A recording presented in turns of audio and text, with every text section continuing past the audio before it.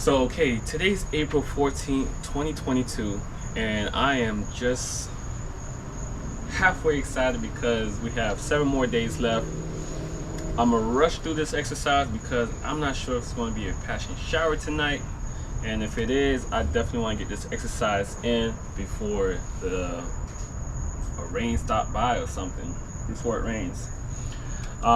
So we're almost there, finishing up the whole fasting all the way up to 21 days. Easter Sunday, this Sunday. I hope you guys took the time to celebrate Lent properly, however you celebrate Lent. I know the churches may be packed with lots of people and all the good jazz, but let's get into the workout. Shahrazad Ali in the background, Blackman's Guide to Understand Black Women, and yeah, let's get going. All right, I already said so much disclaimers that I think you should understand the disclaimer by now, but look out for any type of triggers, and these are just topics to bring couples together, understanding the relationships. All right, as we continue. The black nation as a whole does not deserve to have a black man. Hold up now. Today we're doing 20 everything. I'm over here trying to rush things because I know rain might come by. But we're doing 20 everything. The rip right, we're still holding on at the 10 reps, at the 10 seconds, alright? So sorry about that, but it's all good. Hey, let's get this thing going, alright? The maiden of honor is the woman in the groom's tribe, usually his mother or a friend who helped the new bride adjust to and learn the ways of life in the new cave. The veil came into practice around 1500 as a form of spirituality which was designed to keep evil spirits away from the face of the bride. The bride used to throw her garter from around her thigh, also symbolic of the rope or ring used to bind her when kidnapped. But white men used to create such a brawl at the weddings, scuffling for the garter, that this practice was dropped and the bride took to throwing her bouquet to the women who were more civilized in their participation. Few black women know what they are doing when they plan and host a big church wedding. She doesn't care. She should take the time to use her own history to have a wedding ceremony and make up her own vows. With all of the black women's profundities about what marriage means, it is just an agreement between a man and woman to be together and work in the interest of one.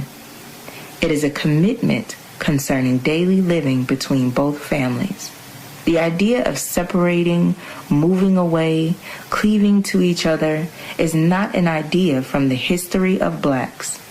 Blacks used to marry, set up housekeeping, or expand their present households into a larger base. Complete separation was not necessary since the tribe continued to work together for success in having food, clothing, and shelter. Family ties were very strong, and it was not necessary for the man and the woman to give up either of their families just so they could be together. The extended family ties were kept intact. This also allowed the elder women in the tribe to help guide and assist the wife in adhering to the responsibilities of marriage. Today's black woman does not want nor seek guidance about how to practice wifedom. She wants the separation so she can have the freedom to run her house any way she pleases, right or wrong. She rarely takes instruction about how to do this. She relies on the various electronic and paper media to guide her along the marriage trail. When she reaches bumps in the road, she seeks out the advice of her peers who are also failing at the job of being a good black woman to a black man. When in a dead heat about getting married, the black woman may feel the vibrations of bursting surges of love for her man, a love she intends to carry balanced on the top of her head, encased in a thin, sheer sheet of glass. A love that will shatter and collapse at the slightest quiver. When the black woman commences to anticipate marriage, she may make widespread changes, which are a trick. All of a sudden, she may get real wifey.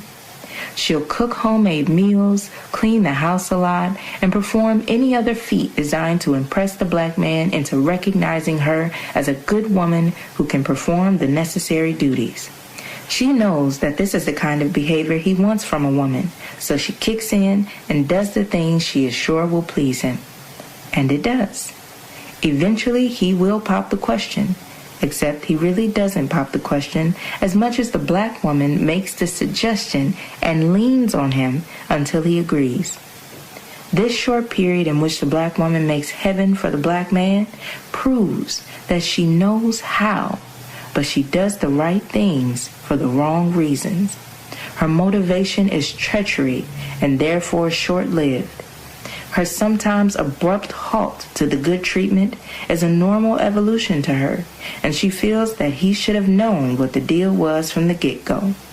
When the black man realizes he is not only being neglected, but nearly ignored, the good sister may go to Nut City and appear baffled. She doesn't know what he means. Then she explains in great detail why things have changed. She sometimes gives him a choice between what duties he wishes her to perform, since she can't do both. This is wrong. The black man has every right to expect and solicit the black woman to perform her wifely duties to him and the family. The black man and the family, including the house, must have first priority. The black woman who believes themselves to be so modern as to dismiss the home as a place to bathe and change are suffering from a misunderstanding. The misunderstanding is that they must change with the trends instead of creating the trend that serves them best and protects the black nation.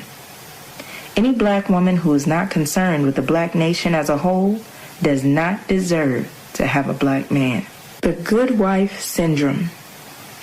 When the black woman starts out trying to do right regarding her man, her home, and her family, she has a very difficult time with the personal anguish she suffers from the ridicule from other black women. They tease and mock her for trying to fulfill her rightful obligations to her family. If she works on a job outside the home, but still attempts to properly care for her family, she will be verbally assaulted and criticized for her efforts. Being a good wife is considered dull and outdated by the modern black woman. Other black women will tell the good wife, 1. You're a fool for working all day and cooking all night. He'll eat if he gets hungry. 2. Why don't you tell him to cook dinner? He gets home before you do. 3. You're a fool to give him all your money. You work for it and you got a right to spend it on whatever you want. 4. I wouldn't take it. 5. Girl, you ain't a slave. 6. Why don't you go to this party with us this weekend? 7. It may be for some people, but it's not for me. I just ain't cut out for it. 8. God ain't made the man I do all that for. 9. You ought to just tell him that you ain't gonna do it. 10. Girl, I used to do all that, but I got hit. 11. You have to train a man to do what you want him to do. 12. It's not fair for him to expect you to do all that. The above 12 remarks are just a sample of what they say in front of her face. Behind her back they whisper, 1. That is the dumbest bee I've ever seen. 2. Did you hear that? 3. Girl, I bet he's having big fun while she's stuck at home. 4. I wonder what he's telling her. 5. Did you see how he looks? 6. He got her in a real trick bag. 7. I don't know how they do it. 8. I ain't working myself to death for nobody. 9. She don't have no idea what's happening. 10. I don't know how she can go for that. These are just examples. Some are more cutting than these. It is a travesty for black women to criticize other black women who are married and trying to be a good wife to their man. Being married and doing the right thing is looked upon as ignorant and old-timey. Black women make erroneous charges against a righteous black woman who is trying to do her proper duty to her man, God, and her nation. She should not be mocked, but respected and admired for her good works. Any woman who deprives herself of the absolute thrill of serving and taking care of a black man is depriving herself of a special award. The look of peace and satisfaction on the contented face of a black man has no equal. There is no better heaven for the black man than to have his woman in order. A black man who has a supportive woman feels good to go out to work, and his day is productive if he is at peace with his woman. The only way the black man can be at peace with the black woman is when she is doing what he wants her to do. A black man who sees his woman trying to please him will do everything he can to try to please her. He will make a good husband and father if given the chance. A man is proud of a good woman and a good home, and it gives him the incentive and confidence to be successful no matter what the odds are out there.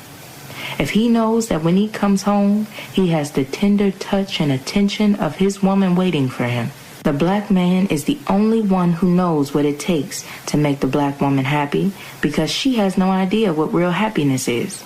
But she's running so much interference that the black man rarely gets a chance to be himself and release the love and trust he has because of the black woman's funky attitude. The black man cannot pattern his life in such a way as to have time or memory to constantly remind the black woman that he loves her. Love is not a sentence, it is a demonstration. If the black woman doubts that her man loves her, the doubt grows. It does not matter after that what the man tries to do or what he says. She will remain unhappy. Well, it's a good thing I can have extra bands in the house. First time popping a band. Not bad. I guess I saw it coming. It is what it is. Nothing negative. Just more, I was definitely focused on that one.